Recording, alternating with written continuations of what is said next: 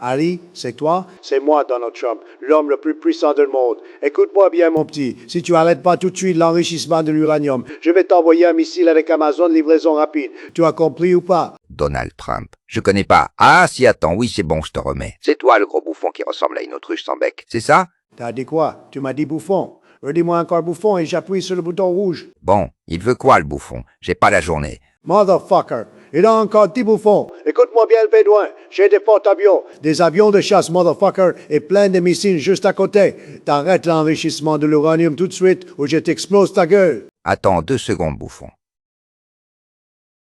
Excuse-moi, j'étais en train d'enrichir de l'uranium, tu disais?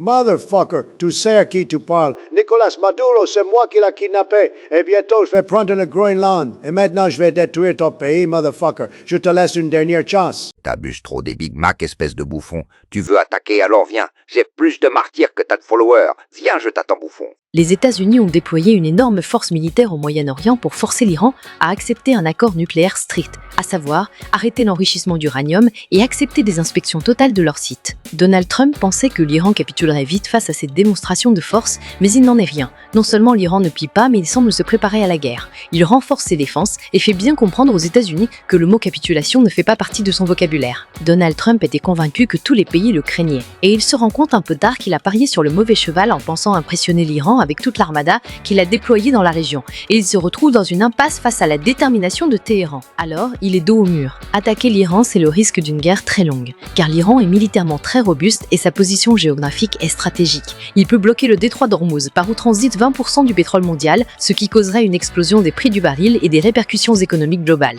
y compris aux USA, menaçant la popularité de Donald Trump. L'exercice naval du régime avec la Chine et la Russie dans cette zone renforce ce message dissuasif. Mais ne pas attaquer serait une humiliation pour lui, surtout après avoir tant menacé. Israël, quant à lui, use de ses influences aux USA via des lobbies comme les PAC, l'équivalent du CRIF en France, mais bien plus puissantes, pour pousser Donald Trump à attaquer. Mais ça ne suffit pas à forcer une guerre totale, car beaucoup d'Américains, même dans le camp des républicains, ne veulent pas d'une nouvelle guerre au Moyen-Orient.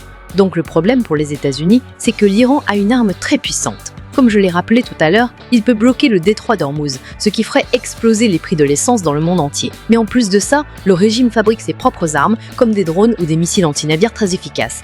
Récemment, pendant la courte guerre avec Israël, l'Iran a épuisé les défenses ennemies en très peu de temps. Si le président américain attaquait maintenant, un porte-avions américain pourrait être touché, voire coulé, et il en est bien conscient. N'oublions pas que dans quelques mois en novembre prochain, les élections de mi-mandat auront lieu aux États-Unis. Aujourd'hui, les républicains ne contrôlent le Congrès que de justesse, avec une majorité très étroite de quelques sièges seulement, surtout à la Chambre des représentants. La décision de Donald Trump d'attaquer ou non l'Iran pourrait complètement lui faire perdre ce contrôle fragile. Et attention, pour Donald Trump, perdre le Congrès, ce ne serait pas une simple défaite électorale, ce serait la fin de son pouvoir de faire passer des lois, le début d'un harcèlement constant par les démocrates et potentiellement une troisième tentative de destitution.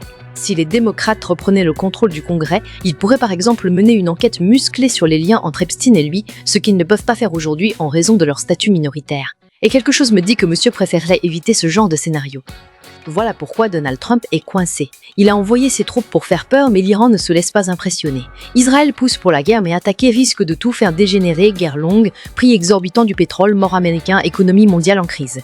Et ne rien faire, c'est l'humiliation pour la plus grande puissance mondiale. Il hésite, et cette hésitation montre déjà que la superpuissance américaine est vacillante. En résumé, il pensait intimider l'Iran facilement, mais il s'est mis dans une situation très compliquée où quoi qu'il fasse, il a perdu d'avance. Alors que décidera-t-il? L'État génocidaire réussira-t-il à le convaincre d'attaquer? Espérons que non, car les conséquences au niveau mondial seraient catastrophiques. Mais le gouvernement israélien s'en moque complètement. Il la veut à tout prix cette guerre, et il fera tout pour l'avoir. Attendons de voir la suite.